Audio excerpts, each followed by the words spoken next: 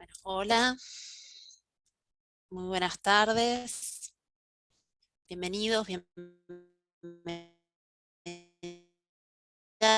a este nuestro ciclo sobre adaptaciones y reformulaciones ante la ley de etiquetado de ANMAT, pasando por las herramientas de CEPIME para poder enfrentar estas adaptaciones. Luego también vimos con 3 expertos PYME algunas recomendaciones de comunicación, de desarrollo de nuevos productos, estando en una PYME, precisamente en el encuentro 3. Todo esto pueden acceder a través de las grabaciones que están disponibles en nuestro canal de YouTube oficial del Ministerio. Y también este encuentro está siendo grabado. Hoy vamos a recibir a Silvio Colombo, del Instituto Argentino del Envase. Él ha participado en muchas de nuestras capacitaciones en el pasado sobre adaptaciones para la ley de góndolas. También recuerdo algunas de packaging para la exportación y demás. Y bueno, hoy nos acompaña en relación a este tema para la adecuación y rediseño de envases frente a la ley de etiquetado en la industria alimentaria. Silvio, bienvenido. ¿Nos Bueno, buenas escuchás? Y tardes, sí, bueno, buenas tardes. Muchísimas gracias todo de tuyo, Silvio. nuevo por estar ahí participando. No sé si me escuchan bien, yo los escucho bien a ustedes, así que perfecto. Te escuchamos y bueno, pueden por supuesto formular las preguntas por medio del chat por escrito y te las vamos a estar distribuyendo más adelante. Bueno, muchísimas gracias entonces de nuevo por la convocatoria. Gracias Victoria, a todo el equipo ahí del Ministerio de Desarrollo Productivo, de CEPIME, de Capacitar. Gracias de nuevo por confiar en nosotros desde el Instituto Argentino del Envase. Así que estuve siguiendo los encuentros y son muy enriquecedores desde todo punto de vista. La verdad que hacen mucha falta este tipo de encuentros para poder acercar a las pymes este tipo de conocimientos que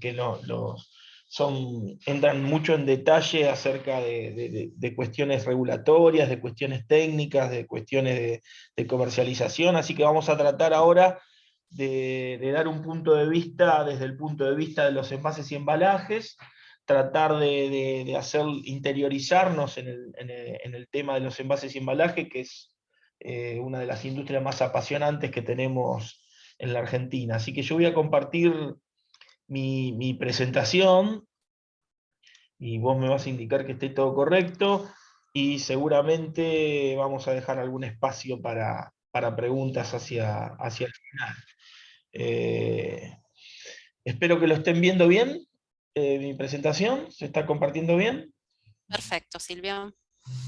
Bueno, en este quinto encuentro voy a hablar acerca de la adecuación y rediseño de los envases frente a esta ley de etiquetado frontal, ¿no? Que tenemos ya a las puertas, que ya están corriendo los tiempos y que presenta un gran desafío y muchas oportunidades también, ¿no? O sea, depende cómo uno lo mire, la balanza, todo cambio presenta ese tipo de cuestiones, ¿no? Grandes desafíos y muchas oportunidades. También conlleva inversión y conlleva un montón de cuestiones que hay que planificar y que, bueno, vamos a estar mirándolas desde el eje de los envases. Muy corto para los que no conocen lo que hacemos desde el Instituto Argentino del Envase. Nosotros somos una asociación sin fines de lucro que ya cumplimos 23 años. Este año ya somos adultos, perdón, 52 años. Ya somos adultos y que tenemos por delante un montón de iniciativas porque nuestro foco está enmarcado en todo lo inherente a la capacitación en el mundo de los envases y embalajes y también al desarrollo de oportunidades para nuestros socios. Nosotros tenemos más de de 500 socios distribuidos entre los que son usuarios finales, fabricantes de máquinas y herramientas, insumos, tecnología, bueno, distribuidos de esa manera para poder hacer principalmente networking de calidad, networking con profesionalismo y constantemente acercando novedades a la industria de los envases y embalajes. Tenemos socios en toda la región y partners en toda la región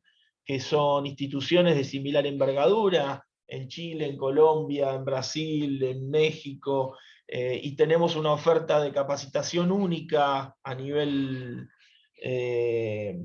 Latinoamérica en idioma español, porque tenemos más de 600 horas de posgrado acreditado por CONIAU, y que los invito a conocer en nuestra página web y en otros sitios de las redes sociales donde se pueden acercar y hacernos consultas sin ningún problema. Sin mayor detalle vamos a iniciar, digamos, vamos a tratar de tocar estos puntos. Les pido por favor que las preguntas las vayan haciendo, como decía Victoria, a través del chat, y vamos a ir tratando de ver si podemos de alguna manera avanzar juntos en esta presentación. Lo primero que necesitamos entender es dónde estamos parados respecto de un sistema de packaging para alimentos. Cuando uno habla de un sistema, habla de partes que se relacionan entre sí de una manera bastante íntima. ¿Por qué? Porque en realidad, dependiendo la relación de fuerzas que existan entre cada una de esas partes, va a haber diferentes acciones y reacciones a tener en cuenta entre cada una de esas partes, ¿no? Si yo toco algo de la comunicación y el branding, seguramente va a tener que ver también con los aspectos normativos, y si toco algo de la pérdida y desperdicio de alimentos, también va a tener que ver con la cadena de suministro y así sucesivamente, ¿no? Es muy importante cada una de estas esferas, y seguramente me faltan algunas más por poner, que las iremos descubriendo a lo largo de esta presentación, pero temas importantes que rodean a los envases y embalajes tienen que ver con la gestión de la calidad y la inocuidad alimentaria, por ejemplo, ¿no? Un tema tan crítico que ronda todo lo necesario con esta ley y mucho más, digamos, ¿no? La ley de etiquetado frontal habla del contacto que tiene no solamente el envase con el producto, sino también de cuán dañino o no es ese producto a la salud humana, ¿no? O sea, comunicar por sobre todas las cosas que estoy comprando, y lo comunico a través de un envase. Miren la importancia que tiene este sistema. Y la gestión de la calidad y la inocuidad alimentaria está por detrás de todo eso. No solamente tiene que ver con cómo vendo el producto, sino también cómo lo fabrico, cómo lo envaso, cómo lo comercializo, ¿no? Cómo lo distribuyo. Entonces, ahí tenemos un gran punto a tener en cuenta a la hora de hablar de un envase o de seleccionar un envase para un producto alimenticio. También es importante qué sucede en esa interrelación entre el envase y el producto desde el punto de vista de la pérdida y el desperdicio de alimentos. Hoy en Latinoamérica y a nivel mundial también tenemos uno de los índices de pérdida y desperdicio de alimentos más grandes. Estamos alrededor del 40% para las frutas y hortalizas. Y que tenemos que trabajar juntos. La semana pasada tuve la satisfacción de participar del primer panel de indicadores de pérdida y desperdicio de alimentos, que ya es inminente y ya está trabajándose en la Argentina, y que tenemos los indicadores de qué es lo que le está sucediendo a los alimentos desde el punto de vista de las pérdidas en toda la cadena de valor de retail, de fabricación y de postconsumo, con lo cual es importante entender esos números, porque en un mundo donde cada vez se necesita mayor comida, donde las tierras para sembrar son limitadas, donde escasea el agua, donde el medio ambiente es complejo, bueno, lo que necesitamos es optimizar toda la industria de la mejor manera para poder sacarle el mejor rendimiento y tirar la menor cantidad de alimentos posible. El envase ahí juega un rol importantísimo, ¿no? Porque una de las principales cuestiones que tiene que contemplar todo envase es la de preservar, ¿no? Preservar, contener, transportar, pero preservar como primer cosa el alimento. Y si podemos, a su vez, extender el ciclo de vida a través de diferentes semáforos que yo pueda tener en cuenta en toda la cadena de valor, bienvenido sea. Por eso también la gestión del ciclo de vida es importantísima cuando hablamos de productos alimenticios, ¿no? ¿Y qué es la gestión del ciclo de vida? Justamente tener una trazabilidad importante en cada uno de los puntos críticos de la cadena de valor. Entiendo que en las próximas semanas van a tener charlas con GC1, que son expertos en el tema de trazabilidad, y seguramente van a estar hablando bien de cómo se realizan este tipo de iniciativas en el mundo de los envases y embalajes, y también cómo está relacionado obviamente con la ley de etiquetado frontal. También están los aspectos normativos. Hoy tenemos ¿no? que estamos centrando esta charla en el tema del etiquetado frontal, pero hay un montón de otros aspectos normativos a tener en cuenta cuando hablamos de alimentos. También, si hablamos de una cadena de suministro lo más eficientemente posible, ahí tenemos un montón de puntos de control a tener en cuenta, sobre todo si hablamos de productos congelados o de productos con una vida bastante corta o con alta rotación, digamos, ¿no? Hoy en un mundo donde todo se comercializa, o la mayoría de las cosas se comercializa a través de comercio electrónico, ¿no? Venta por internet, todas estas cosas se exageraron, se agilizaron, se dinamizaron, se flexibilizaron, de tal manera que tengo que ser muy prolijo en la manera en la que gestiono toda la cadena de valor. La logística es un punto importantísimo, sobre todo en los países subdesarrollados como los nuestros, donde todavía tenemos muy por delante el tema de tener carreteras como corresponde, vías de acceso, ¿no? Y todas estas cuestiones que hay que seguir construyendo. Se ha hecho muchísimo, pero siempre va a faltar mucho por delante para poder generar las condiciones exactas como para que los productos lleguen en tiempo y forma en muchas veces. Y ni hablar de lo relacionado con la comunicación y el branding, y por supuesto el tema más crucial, si quieren llamarlo, como el tema de los materiales y el sistema de envasado. Yo le pongo la palabra eficientes porque en realidad hay un montón de materiales, hay un montón de sistemas de envasado, y lo vamos a ver ahora en estas filminas que siguen, digamos, para que entendamos en realidad el ecosistema que estamos hablando cuando hablamos de envases y embalajes. Cuando hablamos de materiales va a haber todo un mundo de materiales posibles que cuando se empiezan a interrelacionar con los diferentes tipos de configuraciones, diferentes tipos de industrialización que existen, se empieza a complejizar un poco la matriz.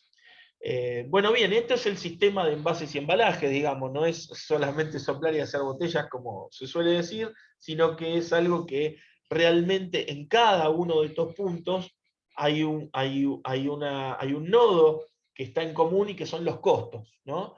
Los costos tienen que ver con cada uno de estos puntos de alguna manera mayor o peor o menor, pero está relacionado 100% a lograr una eficiencia desde el punto de vista de cada uno de estos nodos.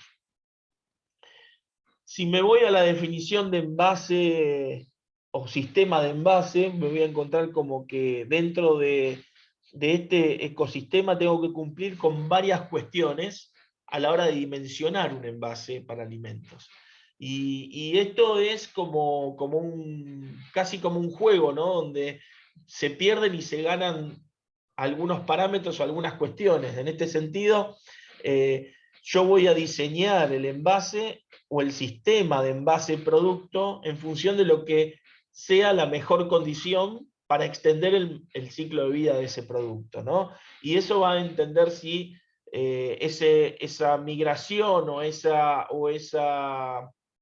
comunicación que existe con el medio exterior tiene que ser positiva o negativa, o sea, si tiene que haber una migración desde afuera hacia adentro o desde adentro hacia afuera, si tiene que haber intercambio o no tiene que haber intercambio de oxígeno, si tiene que haber mezcla de gases o de algún otro químico, por ejemplo, ¿no? Entonces yo voy a ir jugando con diferentes escenarios de posiblemente atmósfera controlada o barrido de oxígeno o incorporación de nitrógeno, cuestiones que hacen a la mejora de las condiciones del producto en contacto con el envase y el material del envase, y otras cuestiones que tienen que ver con la propia vida que tiene el producto dentro del envase, y ahí estaríamos viendo ya cuestiones más del tipo biológico, ¿no?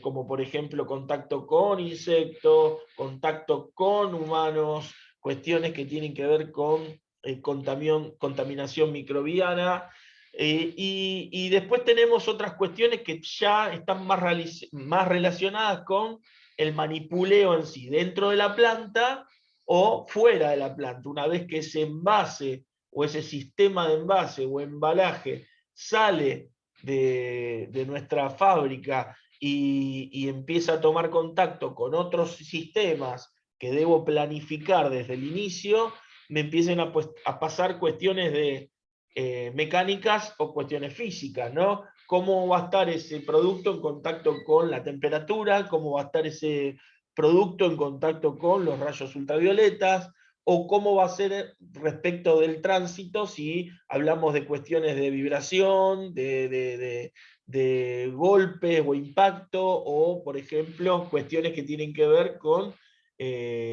compresión.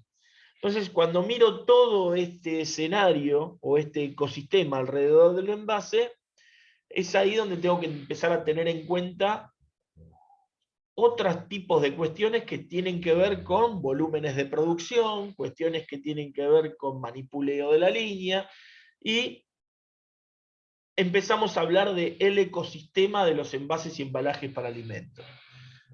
Por suerte tenemos mucha diversidad de tipos de envases, tipos de materiales, sistemas de impresión y cuestiones relacionadas a procesamiento y envasado. El tema es que al tener tanta variedad, eso positivo en algún punto se torna negativo dependiendo el volumen de producción que yo tenga. ¿Qué quiero decir con esto?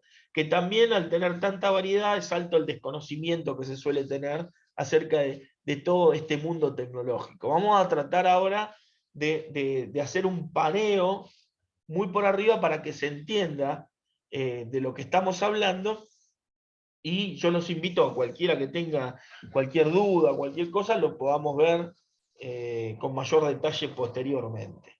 Entonces, lo primero que yo tengo que entender que en un ecosistema de envases y embalajes, voy a hacer la salvedad que ya lo hice en otros encuentros, pero por las dudas lo vuelvo a aclarar. La diferencia entre envase y embalaje es que le llamamos envase al envase primario, al que está en contacto con el producto o en contacto con el alimento, y al embalaje es aquel que me va a permitir transportar, acondicionar primero este envase y después tener los medios o el packaging secundario y terciario para poder transportarlo, manipularlo y llegar al punto de consumo en tiempo y forma, ¿no? Entonces, por eso hablamos siempre de un sistema de envase y embalaje que puede estar compuesto por varios tipos de envases dentro.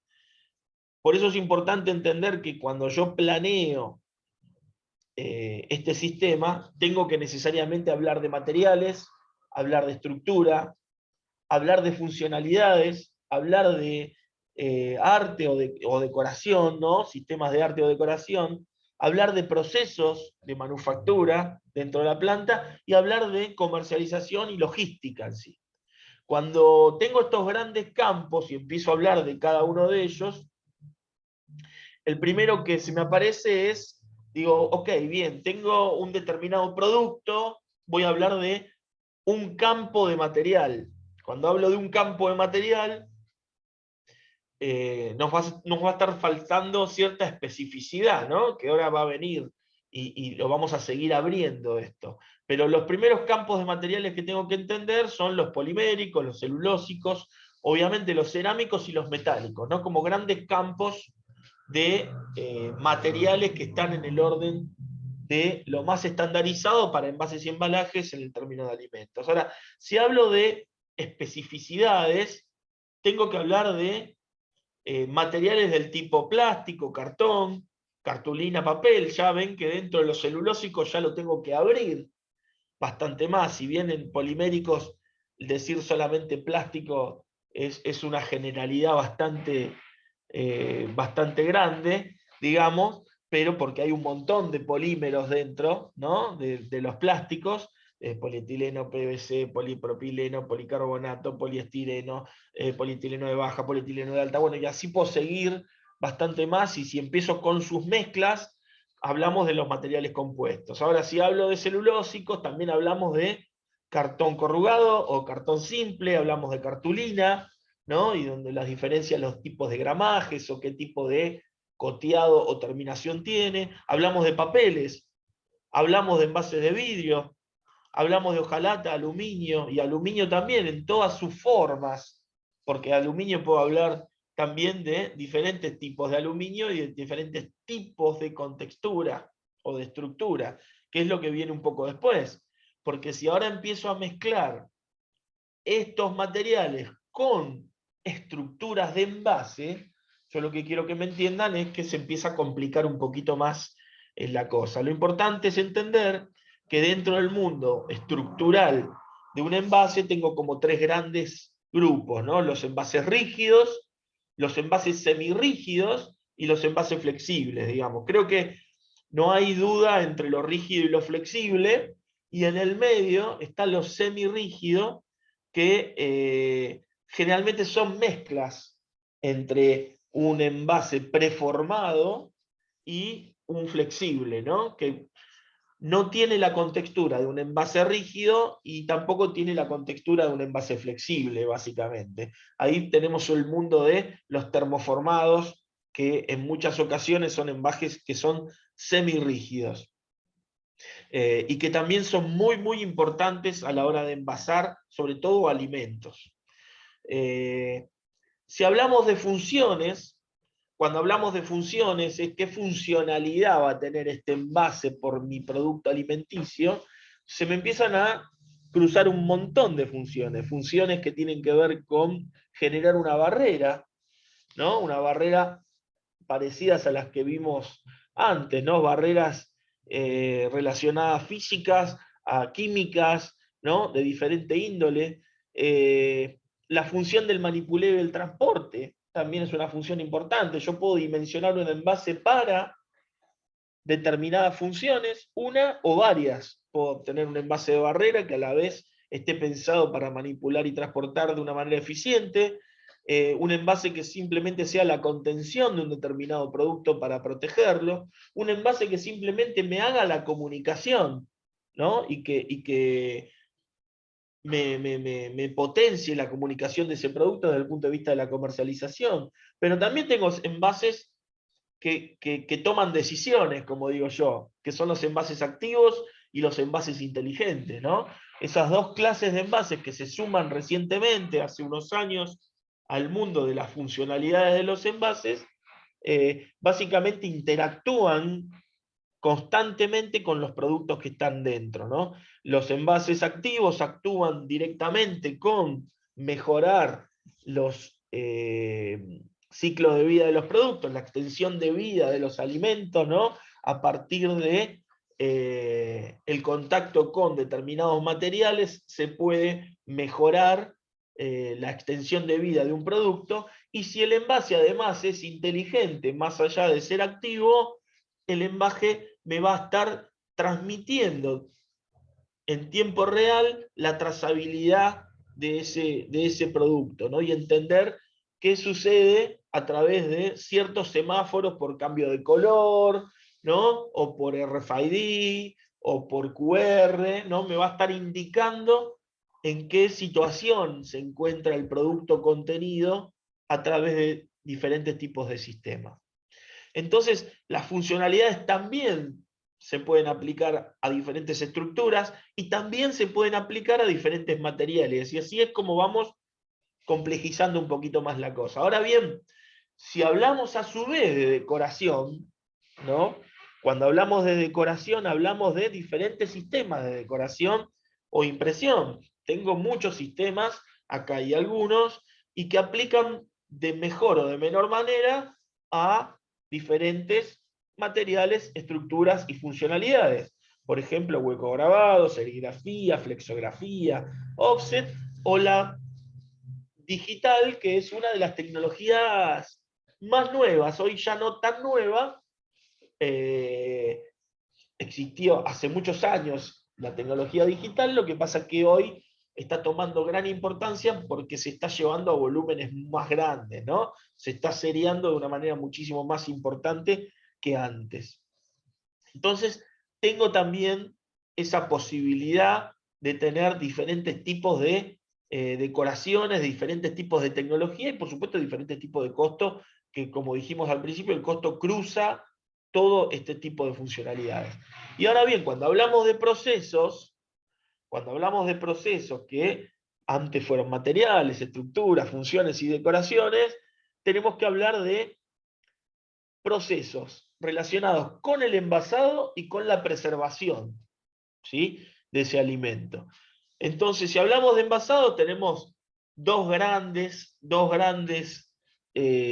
conjuntos, ¿no? Que uno que tiene que ver con envasar por peso, el envasado másico, por llamar de alguna manera, o el envasado volumétrico, más relacionado a cuestiones de fluidos, ¿sí? En el de peso podremos hablar más de envasado del tipo de granel, ¿no? No sé, algo como fideos probablemente, por decir algo, galletitas, partes, y en el volumétrico más tipo fluido, no sé, aceites, aderezos o otros tipos de productos, ¿no? Y esos procesos también conllevan, en función del producto que quiera envasar y en función de los materiales que esté utilizando para un tipo de envase en particular, cuestiones de preservación, como habíamos hablado, bueno, atmósfera controlada, un envasado aséptico, pasteurización o inyección de vapor en función de también la decisión que yo tenga de tomar. Yo no quiero complejizar mucho la cosa, pero esta es la realidad de lo que sucede en un mundo de envases y embalajes a la hora de tomar decisiones. Y por último, está la cuestión de la comercialización y el manipuleo, ¿no? Entonces yo lo separé como en cuestiones de logística de entrada y de salida, porque también hay decisiones que tomar acá. Cuando hablo de logística de entrada, que está relacionada con el mundo de los envases y embalajes, tengo que tener en cuenta que esos insumos van a venir en diferentes formas. Pueden venir en forma de bobina, pueden venir en forma de planchas, si hablamos de cajas prearmadas, puedo venir en forma de envases rígidos, si es que terciarizo el soplado de los envases o el envase que sea. Puedo hablar de tapas, si las tapas las adquiero a un tercero también.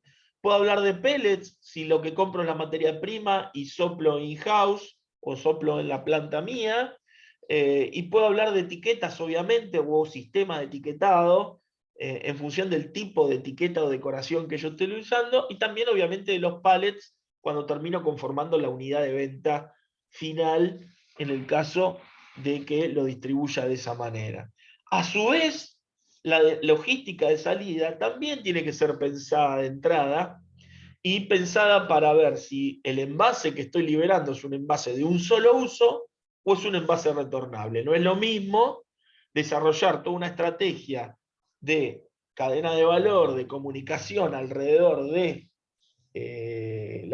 un envase retornable que conlleva procesos posteriores de transporte y también de lavado, ¿no? De higienización de ese tipo de producto y de acondicionamiento, que un envase de un solo uso, donde en realidad lleva otro tipo de cuestiones que están relacionadas con el medio ambiente, que también son variables que cruzan a toda esta matriz, ¿no? Tanto los costos como el medio ambiente son hoy cuestiones a tener en cuenta de una manera completamente cross, digamos, todo cruzada, alrededor de todas estas posibilidades.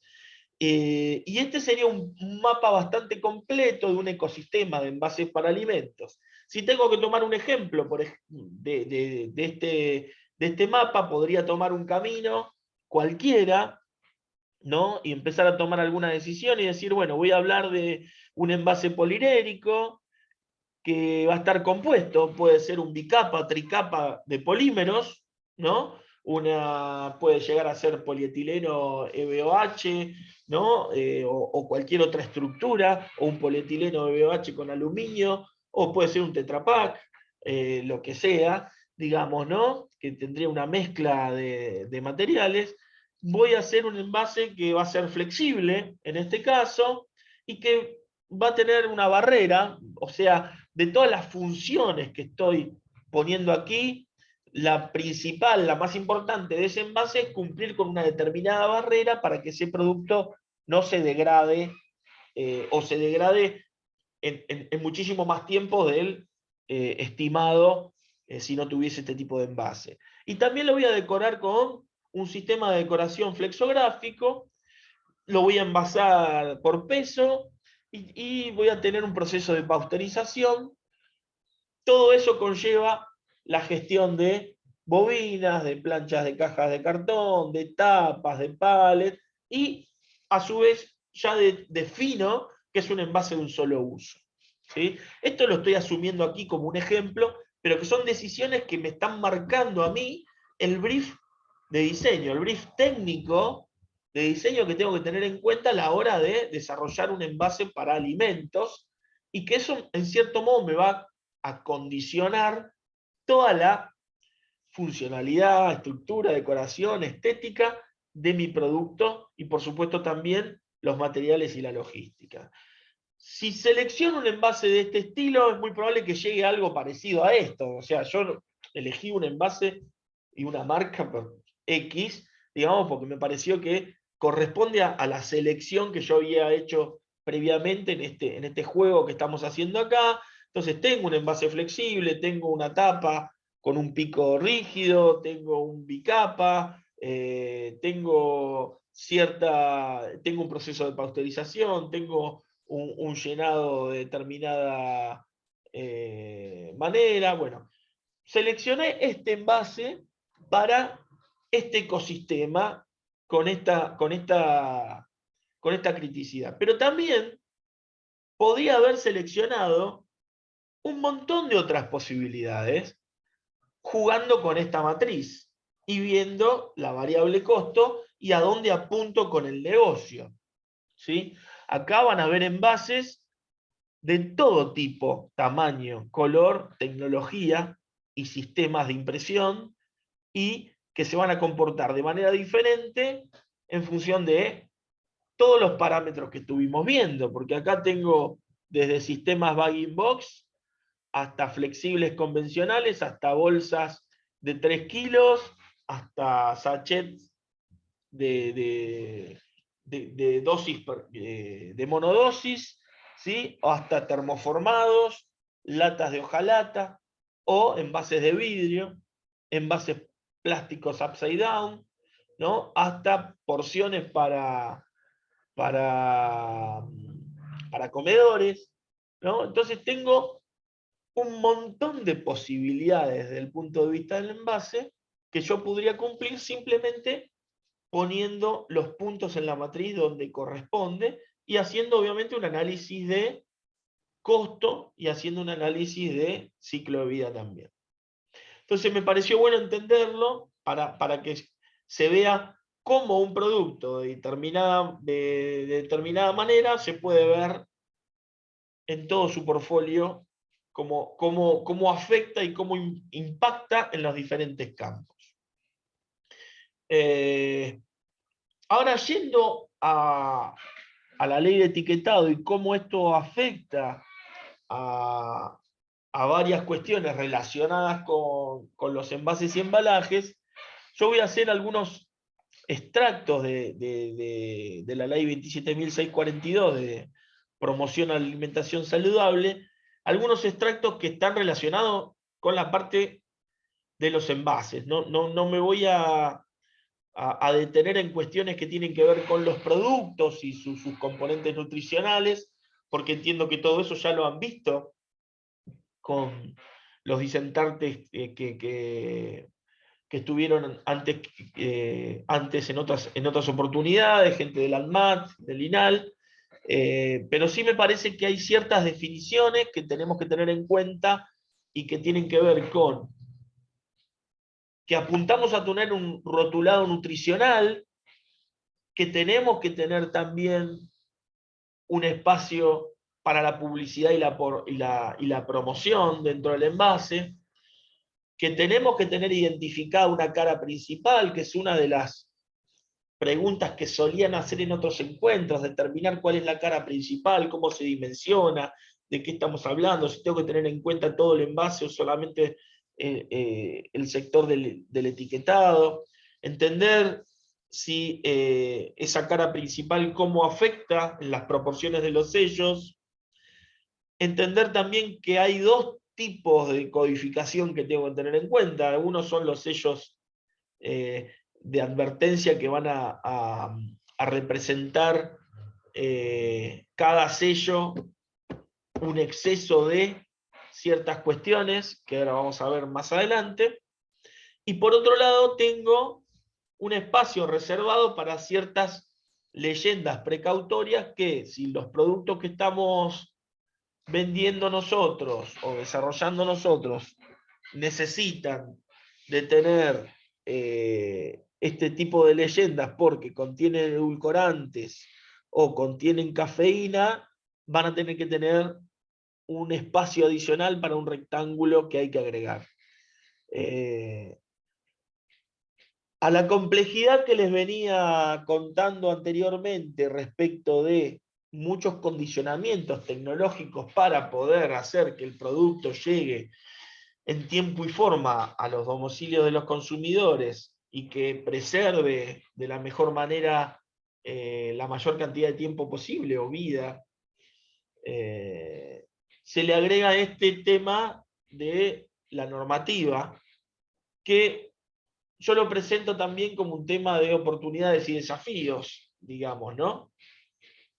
Entonces, tengo que tener en cuenta acá este tipo de sellos y leyendas que ya lo han visto en las diferentes sesiones que han pasado y también lo han visto seguramente en la ley que se promulgó y en los anexos que seguramente habrán leído ya. Lo que vamos a tratar de hacer nosotros es ver cómo pasamos alrededor y entendemos juntos esa normativa desde el punto de vista del packaging. Pero bueno, los sellos son estos 5, ¿no? Estos 5 sellos octogonales de color negro y que explican claramente con una tipografía determinada, una dimensión determinada, los excesos tanto en azúcares como en grasas totales o saturadas, en sodio y en calorías. Y a su vez, como decíamos antes, tenemos estos recuadros que también los tengo que incorporar en el caso de hablar de edulcorantes o cafeína.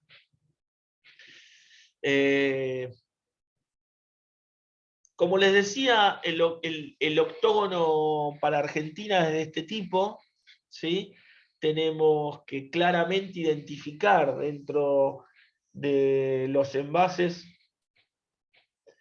un octógono de estas características, ¿no? Con un reborde negro, que se note bien el reborde blanco, que la base octogonal haga muy buen contraste negro contra el resto de los artes, el resto del arte, perdón, que tengo. Hay un mensaje principal, que es el más importante, y después el sello va firmado por el Ministerio de Salud para identificar la certificación propia del ministerio, ¿no? Y lo mismo sucede con el rectángulo que está aquí, debajo, ¿no? Donde tengo una base rectangular y bueno, también contiene un texto indicatorio. Las leyendas aclaratorias son de ese estilo. Ahora bien, ¿qué consideraciones tenemos que tener en cuenta al momento de dimensionar este tipo de normativa en los envases existentes.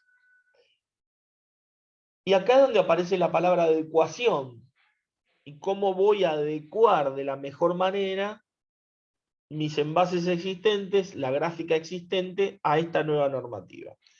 El primero que tengo que tener en cuenta es que la dimensión del sello que tengo que incorporar dentro del envase nunca deberá ser inferior al 5% de esta superficie de la cara principal del envase. Ahora vamos a ver bien cómo dimensionar, hasta con un ejemplo, la cara principal del envase. Esto que parece muchísimo, y la verdad que es bastante grande, en función de cuanto más pequeño sea el envase o cuanta menos cara tengo disponible del envase. También vamos a ver que hay microsellos más adelante que uno puede ir incorporando para que no ocupe tanto espacio. Y también hablando con ciertas clientes o personas influyentes de la industria, se está viendo, si bien la norma no dice que esto va a ser tocado, ni, por lo menos por el momento, se está viendo de hacer una especie de revisión, ¿no? De ciertas cuestiones de porcentuales, ya que de todos los países que nosotros se están implementando estas leyes, en Argentina tenemos el sello más grande, digamos, de todos. Entonces, también acá tenemos que revisar y ver un poco si nos es o no nos es funcional, dependiendo de la industria que tenemos, ¿no? Más allá de que el objetivo es clarísimo y es necesario, digamos, tener esta normativa por un montón de beneficios que no están relacionados con los envases, sino que están relacionados justamente con las cuestiones de cuidado frente al consumo y de cuidado y protección de la salud, sobre todo de los niños, con lo cual yo estoy completamente de acuerdo con esta iniciativa. Simplemente entiendo que en esta transición que estamos teniendo para el desarrollo de nuevas configuraciones de decoraciones, tenemos que ver cuál sería la mejor dimensión en función de la causa y efecto que generan este tipo de sellos, ¿no? Por supuesto que estos sellos no pueden estar cubiertos, ¿no? Esto tiene que ser claramente identificable, visualmente, rápidamente. Tengo que identificar si estoy comprando un producto con mucho azúcar, con mucho sodio, con muchas calorías. Ese es el objetivo principal. Por lo tanto, no puede estar cubierto ni de manera parcial, obviamente, ni de manera total. Y existe una restricción que es positiva en el caso de envases que son menores a 10 centímetros cuadrados. 10 centímetros cuadrados es muy relativo decir cuánto es, porque puede llegar a ser desde un paquete de pastillas, ¿no? Si tengo una altura de 1 centímetro por 10 centímetros, esos son 10 centímetros cuadrados, digamos, ¿no? Desde un paquete de pastillas hasta algo un poco más cuadrangular. Si tengo algo igual o más chico que eso, tengo la capacidad de poner microsellos. Entonces ahí tendré un poquito más de facilidad frente al tamaño de los sellos que puedo poner y frente al espacio que tengo disponible, ¿no? Y también, por último, debe visualizarse en su totalidad o nombrarse en su totalidad los sellos de advertencia que correspondan al producto, ¿sí? Una vez que el envase sea expuesto o exhibido en la góndola. En ese sentido, cuando hablamos de la cara principal del envase, y ahora vamos a ver también cómo se calculan estas cuestiones, ¿no? Cómo son estas cuestiones respecto del cálculo que hay que tener en cuenta. se entiende que la cara principal es la cara justamente más relevante frente a la venta. Es la cara donde yo desarrollé toda mi estrategia de branding, de logo, de comercialización, en un determinado producto. Entonces, esa necesidad, esa cara es la cara frontal, digamos, ¿no? Que es muy fácil de ver en envases más cuadrados y un poquito más complicado en envases por ahí circulares o triangulares o con formas cónicas, ¿sí? Pero, por ejemplo, si tengo un envase cilíndrico del tipo agua mineral, gaseosa, no voy a hacer el cálculo solamente en función de la etiqueta que tengo, del área de etiquetado que tengo, sino del mayor área de exhibición que tengo en la góndola, ¿no? Como es el caso de aquí. Digamos, no voy a tener en cuenta este sector porque es una zona de transición y por supuesto lo de aquí abajo, pero sí voy a tener en cuenta el área de mayor comunicación que tengo en el envase para hacer los cálculos pertinentes. Entonces, el anexo me nombra diferentes posibilidades estandarizadas, desde un envase rectangular hasta uno cilíndrico y otro cónico, y también me da las fórmulas de las áreas. No es lo mismo, acá quiero hacer una salvedad, porque en un lado dice, bueno, rectángulo, triángulo, círculo, y lo que está calculando es el área de un envase que fuese circular, no cilíndrico, son dos cosas completamente distintas, porque el cilindro no tiene una cara circular frontal, generalmente es un área que desarrollada me da un rectángulo, con lo cual tengo que utilizar otra fórmula para calcularlo, y no la del área del círculo, que es 3,14 por radio al cuadrado, que es si eso fuese un círculo visto de frente. ¿Sí? Espero que se haya entendido la explicación, pero en envases cilíndricos no voy a utilizar la de 3,14 por radio al cuadrado, sino que voy a utilizar también la de base por altura, pero la base en realidad va a tener que ser el radio del círculo. ¿Sí? Entonces acá nos da una especie de ejemplo, ¿no? Donde el área de la cara principal del envase siempre va a estar tomada en función de un diámetro promedio, nada más que el envase del diámetro promedio en un círculo es el envase, el diámetro a lo largo de todo ese cilindro, a diferencia de un cono, que el diámetro promedio es el que está en un punto medio del envase, ¿sí? Con lo cual ahí voy a tomar el arco promedio de cada uno de los envases, ¿sí? Entonces, es importante entender acá la diferencia que existe entre ambas cosas. Yo les dejé acá un ejemplo que lo calculé muy simplemente para que se entienda. Tomé este producto por tomarlo, no por otra cuestión, sino porque lo tenía cerca y puse este producto en particular.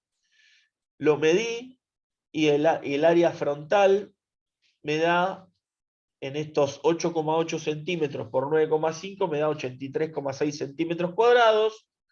Lo busco en la tabla que está en el anexo de la norma, y la tabla del anexo a la norma me dice que el sello que tiene que ir en este envase es de 2,8 por 2,8 centímetros.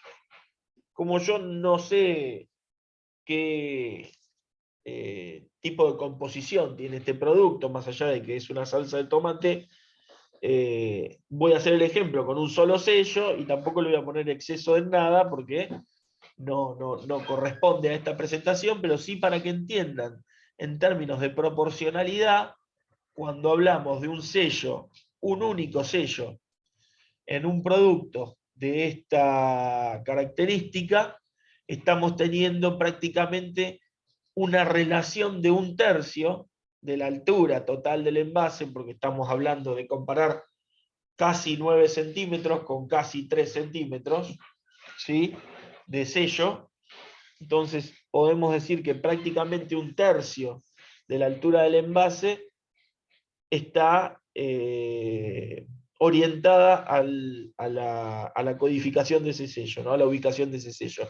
Y la norma también dice que tienen que ir en el ángulo superior derecho, ¿sí?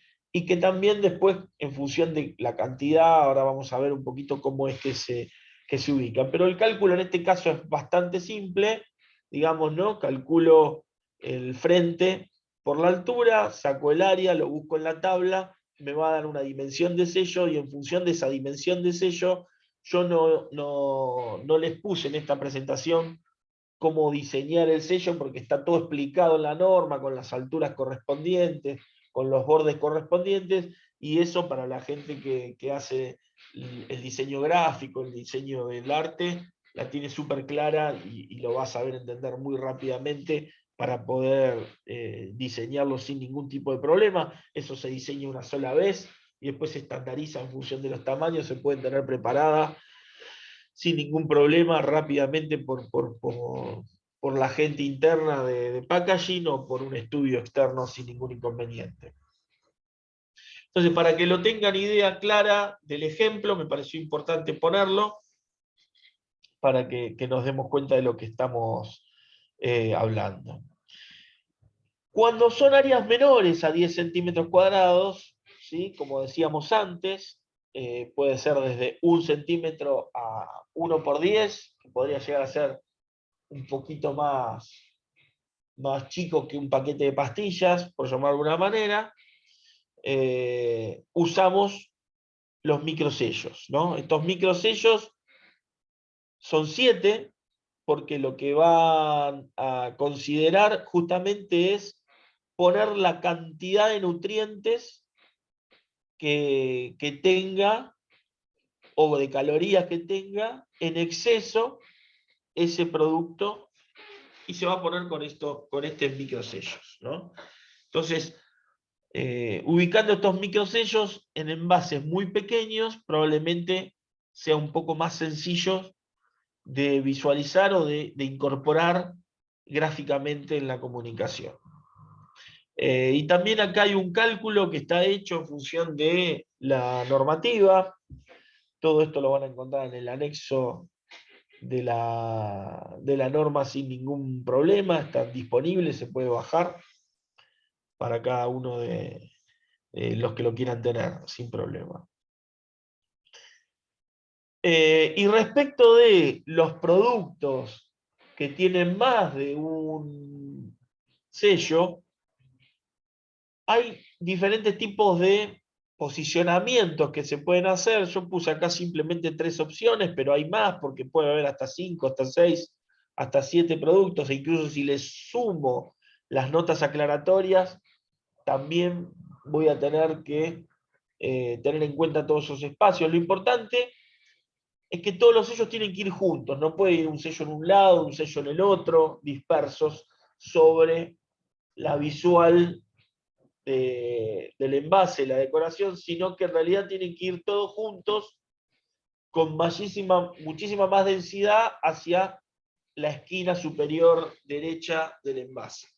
Y después, en función de lo que yo quiera comunicar, lo podré hacer del estilo triángulo, del estilo línea horizontal o del estilo línea vertical, en función de qué es lo que mejor me convenga para la comercialización y el diseño y la estética de ese producto. Como les decía, la Argentina no está sola en esto, ya hay países que han lanzado hace tiempo con diferentes tipos de iniciativas, diferentes tipos de sellos en nuestra región, digamos, y en algunos ya se están viendo varias mejoras, ya van por diferentes tipos de fases de incorporación, y la verdad que con bastantes mejoras desde el punto de vista nutricional, desde el punto de vista de las métricas que se han generado y la facilitación para el consumidor a la hora de elegir, ¿no? Tenemos iniciativas en Chile, en Perú, en Uruguay, en México, en Ecuador, en Bolivia y por supuesto ahora recientemente en procesos de incorporación en Argentina. Por eso todavía no tenemos grandes ejemplos que mostrar desde Argentina, porque están todos en proceso de cambio, algunos un poco más avanzados que otros, pero todos en proceso de ajuste, de adecuación y de cambio. Algunos ejemplos, muchos son de otros lugares, digamos, pero me pareció bueno rescatar algunos de diferentes tipos de materiales y de productos para que se vean cómo puede lucir en un envase más flexible, en un envase rígido, ¿no? En un envase semirrígido, también como podría llegar a ser un estuche, ¿no? de chocolate. Hay diferentes maneras, ustedes lo ven acá, las diferentes maneras que existen para comunicar, y eso va a estar en función de cómo se acomoda esto de la mejor manera a mi producto. Y con esto vamos a ir concluyendo lo que yo menciono dentro del punto de vista de las oportunidades y desafíos, porque la verdad que adecuar y optimizar artes seguramente podrá representar en algunos casos mucho costo, sobre todo cuando hablamos de un mix de productos muy grandes, grandes volúmenes de comercialización o de transacción, pero siempre es bueno tener una oportunidad de adecuar y optimizar las artes porque eso te genera la obligación de pensar en cómo optimizar ese proceso, cómo optimizar ese material, cómo optimizar ese sistema de impresión, cómo encontrar los puntos que probablemente hayan quedado sin control o ineficientes y poderlos poner en valor a la hora de adecuar y optimizar estos envases, pensando siempre cómo mejorar y dejar preparado, por ejemplo, cuestiones de la gráfica de una manera muchísimo más estándar, ya pensando en la incorporación de este tipo de codificación, ¿no? ¿Cómo hago para pensar desde la codificación la mejor comunicación y no hacer una mezcla donde la comunicación actual que tengo, incorporarle estos sellos, ¿no?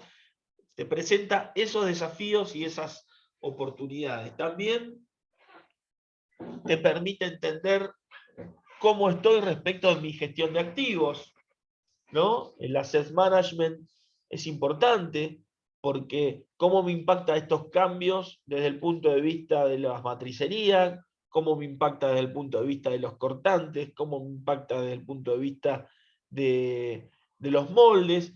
Probablemente todo esto lo tengo que analizar en diferentes etapas, en diferentes fases de inversión, en diferentes momentos para poder entender si aprovecho los moldes que tengo, aprovecho las matrices que tengo, aprovecho el cortante que tengo o me conviene ya pensar en algo diferente, ¿no? Algo que se pensaba antes en tener la etiqueta más chica posible, pero que en realidad ahora no es solamente pensar en la etiqueta más chica, sino en cómo esa visual que tengo en la góndola o en esa área de envase me impacta no solamente en la etiqueta, sino también en todo el envase. Entonces, pensar que ya no pensar en la etiqueta más chica, sino que pensar en cuál es la mejor comunicación que tengo que tener, ¿no? ¿Cuál es la mejor estrategia de comunicación alrededor de mi producto? Por supuesto que esto también impacta en los stocks que tengo hoy día, en los stocks que voy a manejar en esta transición, desde el punto de vista de los insumos, desde el punto de vista de los espacios dentro de la planta, desde el punto de vista de las transacciones logísticas que yo tenga, o de la distribución en planta. Cada uno de estos puntos impacta directamente en el stock y en los activos. Y también va a ser un disparador muy interesante para entender si el sistema de impresión que he elegido es el más eficiente o no.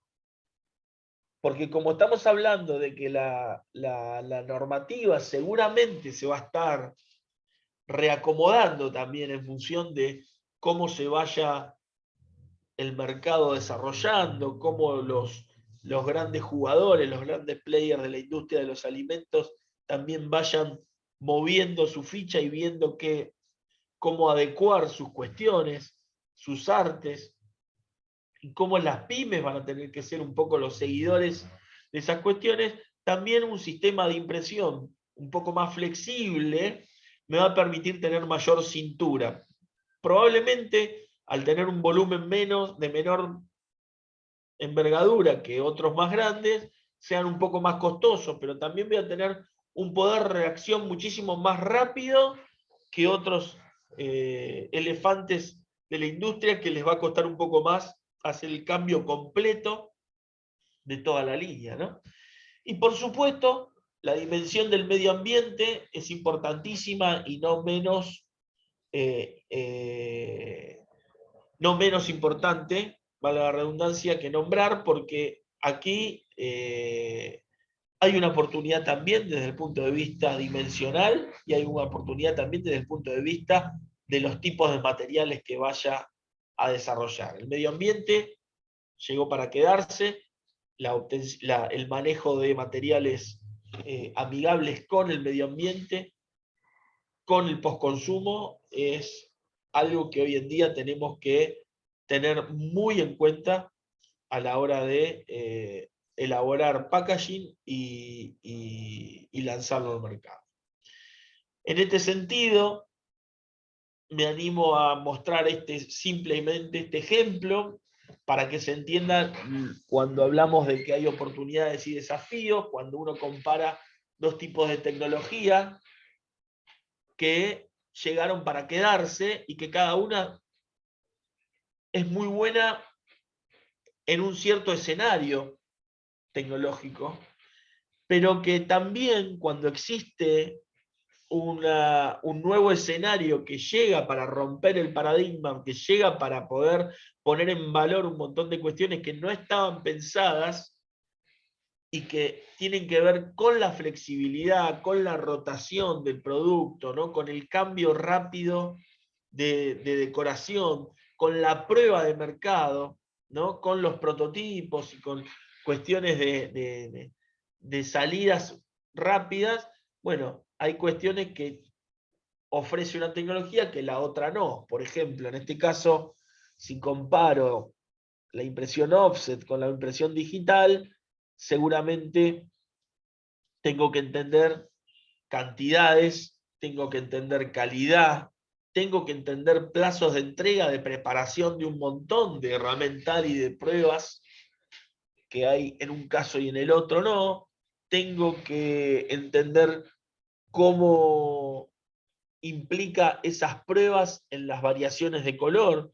Si los colores que yo planeé de una manera los tengo que desarrollar distintos para una tecnología y eso conlleva también tiempo. Si los tamaños o volúmenes de impresión tienen que ser limitados para esa tecnología, porque si no, no pueden ni prender la máquina. Bueno, todo esto hay que verlo y me parece que entender que hay dos mundos completamente distintos que me ofrecen productos de calidad similar a costos razonables, a tiempos razonables, es bueno ponerlo en valor. Sobre todo cuando hablamos de tema de tiempos, donde estamos hablando de que una tecnología, por ejemplo, de offset, conlleva muchísimo más tiempo que una de digital por la cantidad de pruebas de aprobación que tengo que hacer, ¿no? Todos los fotopolímeros, todos los proveedores que están inmersos, bueno, un montón de cuestiones. Yo no tengo preferencia por ninguna de las dos, simplemente lo menciono desde el punto de vista técnico para que se tengan en cuenta, porque muchas veces estas cosas que antes estaban restringidas a un cierto nivel de producción o un cierto costo, hoy son muchísimo más accesibles y muchísimo más estandarizados que antes. Así que no sé cómo estamos con los tiempos, Victoria, equipo. Yo estoy abierto a cualquier tipo de preguntas. Les pido disculpas si fui muy rápido, digamos, pero es mucho material como Sí. para nombrarlo en poco tiempo. Y bueno, ahí estamos. Bien, bueno, muchas gracias, Silvio. Sí, hay muchísimas preguntas, algunas muy específicas, pero bueno, vamos a tratar de ir dando respuesta o al menos canalizando de la mejor manera para que puedan formular las preguntas a quien corresponda, ¿no? En principio, apenas comenzaste con tu presentación, un participante consulta si conoces si existen proveedores locales de envases PP Evo PP, más allá de que esto sea por fuera de lo de etiquetado frontal, si querés comentar algo al respecto, donde se puede contactar. Sí, que me escriba, hay proveedores que proveen, valga la redundancia, ese tipo de material, hay que entender qué es lo que está buscando. Es decir, si lo Ujú. ubico dentro de la matriz que mostré antes, no sé si estamos hablando de un envase rígido, semirrígido, flexible.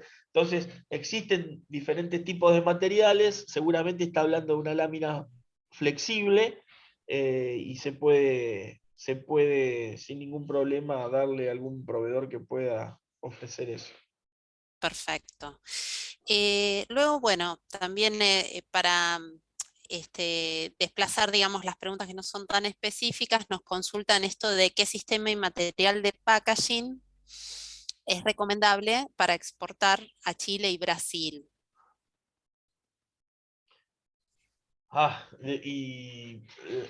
Es bastante abierta la pregunta. Yo lo Ujú. que creo es que depende de qué producto estamos hablando. Bien. Las regulaciones son muy similares, digamos, a las que tenemos acá. En principio, cualquier material que permita tener los condicionamientos propios del comercio exterior y que a la vez estén aptos desde el punto de vista normativo, digamos, ¿no? Habría que ver, nosotros tenemos acá el INAL y el ANMAT y son bastante similares a los que existen en Brasil, digamos. Ujú. Con lo cual, digamos que si cumplen con nuestra normativa, no debería haber ningún problema para exportar afuera.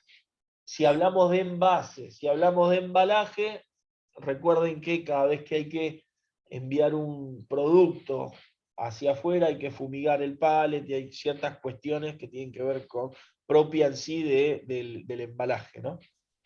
Bien. Bueno, hay una capacitación tuya de no hace mucho Ah, sobre packaging para bueno, exportar, así que esas se las podemos compartir bien. también a los participantes. Bueno, ahora sí, más preguntas más específicas sobre etiquetado.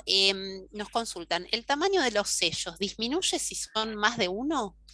No, Ujú. no, son todos iguales. Y Bien. no, no, si es más de uno, se repite el sello de igual cantidad, de igual dimensión en el envase.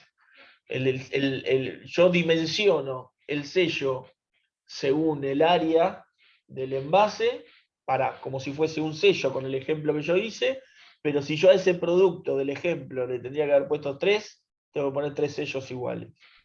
Ujú. Bien. La única manera, perdón, Sí, donde sí, sí. disminuyen los sellos es cuando hablamos de microsellos, porque el área del envase es igual o menor a 10 centímetros cuadrados. Ujú. Bien, con respecto a la fórmula del área del octógono y los valores en general, con esto recomendamos que vean el texto de la ley, ¿verdad? Sí, sí, sí, yo no lo puse acá porque era algo que no tenía que ver tanto con el envase, sino con la forma del octógono, digamos, pero Ujú. en el anexo está muy bien explicado cómo se diseña, con qué tipo de letra va, qué espaciado tiene entre el blanco y el negro, cómo son las caras, está muy bien hecho. Bien, bueno, ahí voy poniendo en el chat una vez más también el acceso a esta página.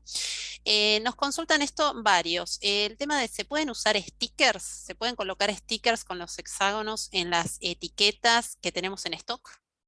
No, por ahora no. Ujú. No. Eso se podía hacer en otros países, en una transición. La norma nuestra no implica nada, no dice nada de eso. Bien. Los tamaños del rectángulo para edulcorantes y cafeínas que mostraste, esto también se ve en el anexo, ¿verdad? Sí, sí, está todo muy bien identificado ahí. Perfecto. Bueno, una participante nos comenta que le han observado que el arte del rótulo no es legible. Esto cómo puede resolverlo y si puede agregar el proyecto del rótulo con todos los datos debajo. ¿Sobre esto podemos darle alguna recomendación? A ver, no comprendí. Que el arte del rótulo no es No es legible. legible, eso le han observado. ¿Cómo puede resolverlo? El arte del rótulo, habría que entender a qué se refiere, habría que ver qué tecnología usa de impresión, qué envió para probar.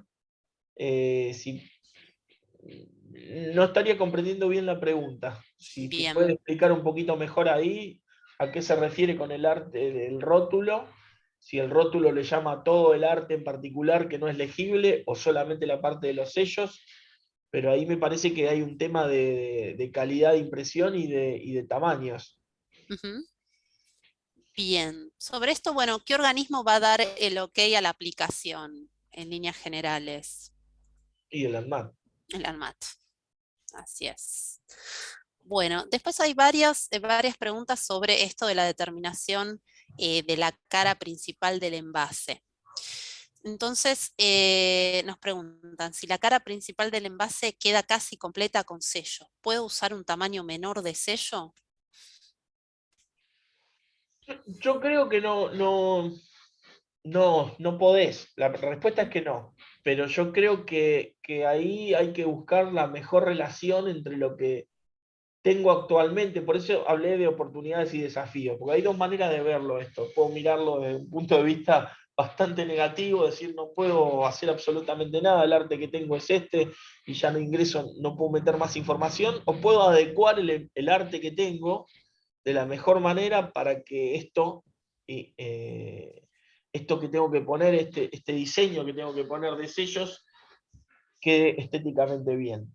Ujú. Yo no me imagino una situación donde los sellos tapen por completo un arte, a menos que sea un producto justamente que tenga más de 5 sellos y un área de etiqueta bastante chica respecto del envase en sí, porque en realidad el área del envase, si vuelvo un segundito para atrás, un minutito nomás, el área del envase es un área que tiene que ver con el envase y no con la etiqueta en sí.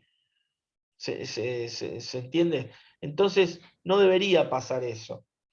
Pero puede haber casos de excepción a la regla donde si, por ejemplo, este envase tuviese los 5 sellos más las dos, que además tiene cafeína y además tiene azúcares y todo eso, puede ser que le cubra todo. Digamos, yo Ujú. creo que esas particularidades hay que verlas conjuntamente con el ANMAT y entender qué es lo que se podría hacer o habrá que hacer un rediseño completo del arte. Claro. Bien, después, bueno, nos preguntan, ¿cómo calculo la cara principal si el envase es irregular? Por ejemplo, una faja que tiene partes ondulantes en la circunferencia. Sí, sigue siendo un rectángulo acá. Yo pienso, una botella, por ejemplo, sin ánimo de decir marca, de Coca-Cola o de cualquier otra botella de aguas que tenga una forma irregular, esa forma está inmersa, es como si fuese un envase cónico prácticamente, ¿no? En un Ujú. envase cónico, acá no sé si se pasó de slide o no, en el envase cónico estoy tomando el perímetro promedio, ¿sí? Ujú. Estoy tomando un área media donde tomo este perímetro y esto por acá arriba puede tener ondas o puede tener otro tipo de ondas.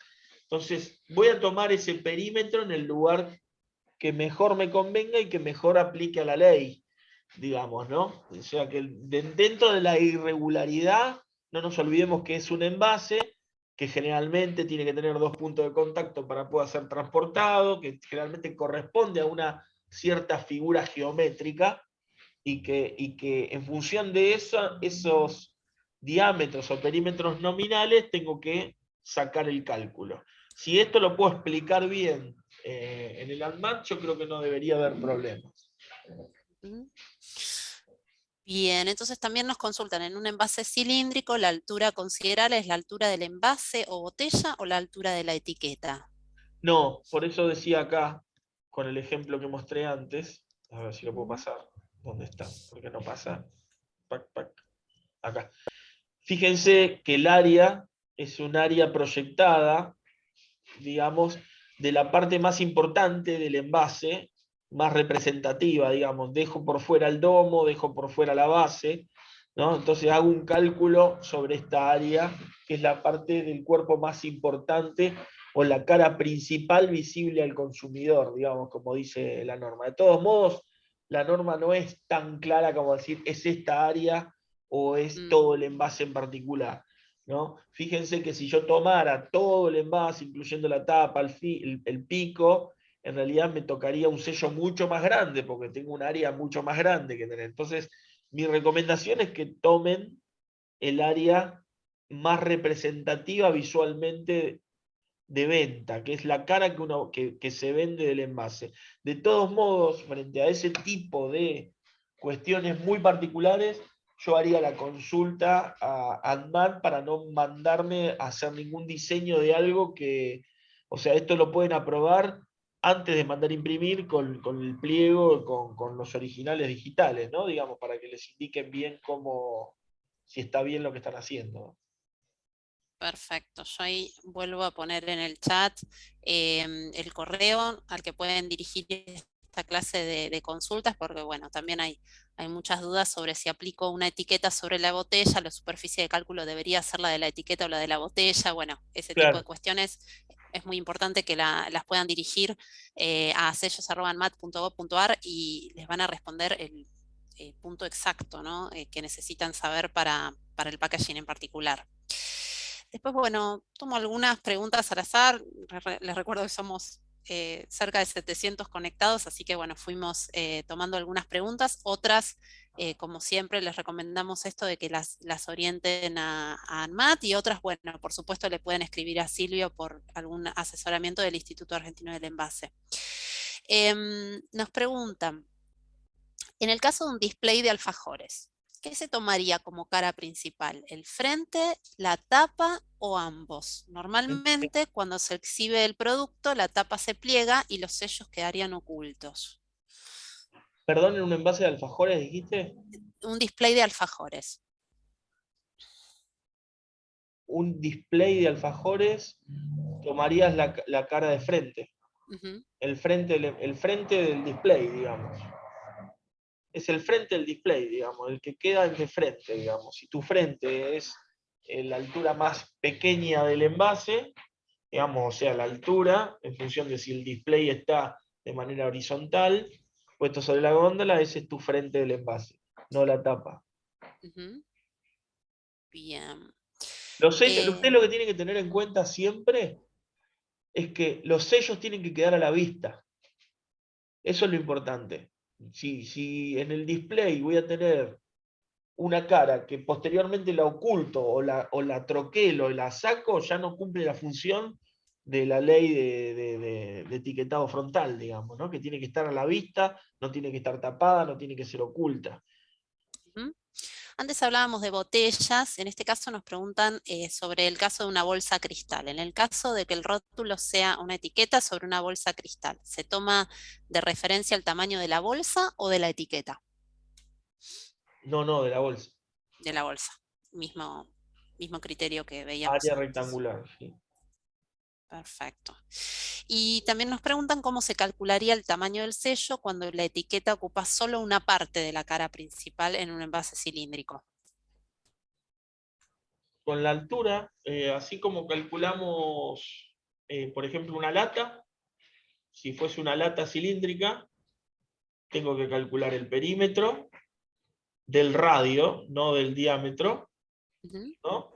digamos, y de ese perímetro, por la altura, me va a dar un área. Y esa área es la que busco en la tabla, como lo explicamos antes.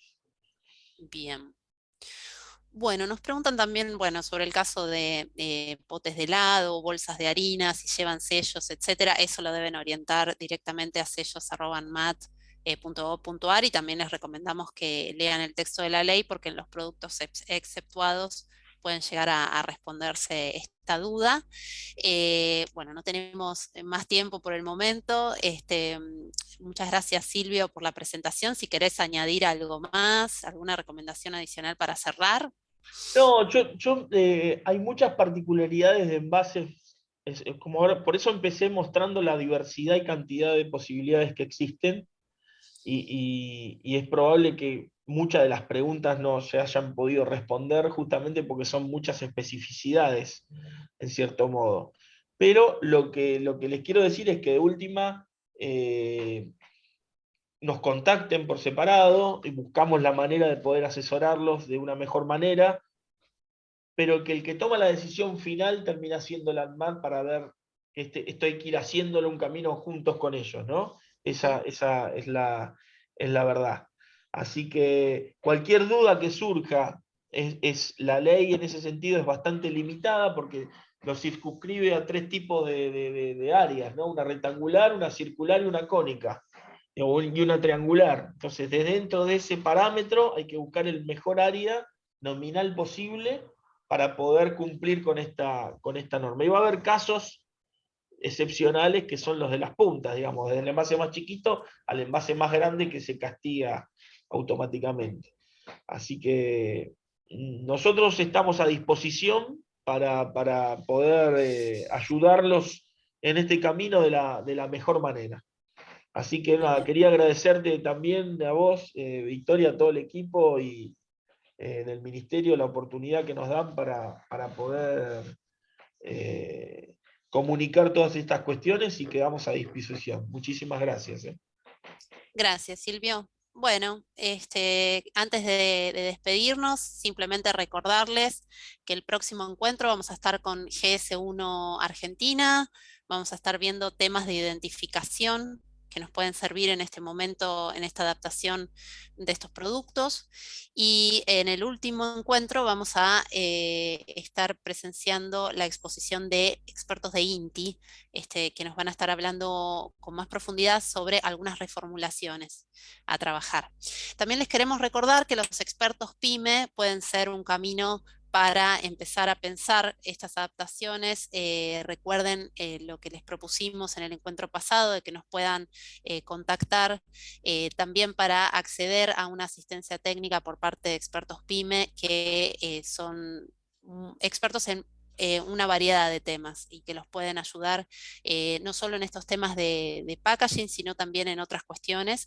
Así que los invitamos a ponerse en contacto para poner en funcionamiento ese recurso. Muchísimas gracias y nos vemos el próximo martes. Gracias.